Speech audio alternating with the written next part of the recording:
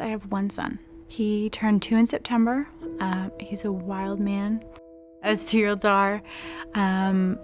He's, oh goodness, what can I say? He's perfect.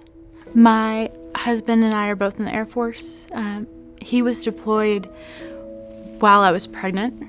He got back about a week before our son was born. My pregnancy was perfect until about 38-week mark. I was tired all the time. I had pretty excessive swelling. When I asked about my swollen ankles, it was, well, you're pretty pregnant. I kind of brushed off all my concerns. It was my first baby, and I'd never been pregnant before. At my 40-week checkup, I had, my blood pressure was elevated.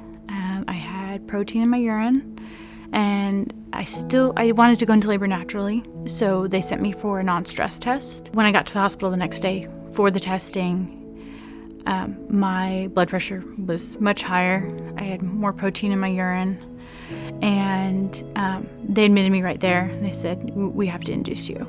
It was a couple failed induction attempts. It took about a day and a half, 2 days, and then they finally broke my water and I went into labor. I think it was about 10 hours of active labor, and they finally had to call it. So they rushed me back for an emergency C-section, where I hemorrhaged and my kidneys failed.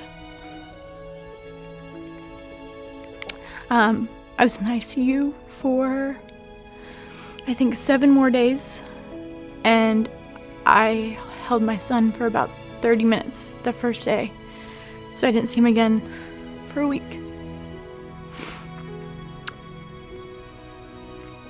So when I finally got out, I was doing dialysis in the first hospital. Finally got out, and I continued dialysis for another year until I got a kidney transplant. My husband was right by my side through the entire labor process. He was really my lifeline and made sure, that I was getting the best care that I could be getting. Because at the time I didn't quite know what was going on. He fought for me so hard through the whole thing.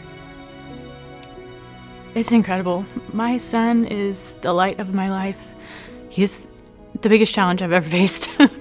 But being a mother is amazing. And we have this story together. We both survived.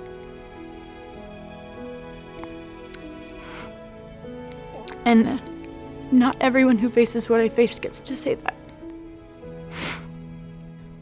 Hear her.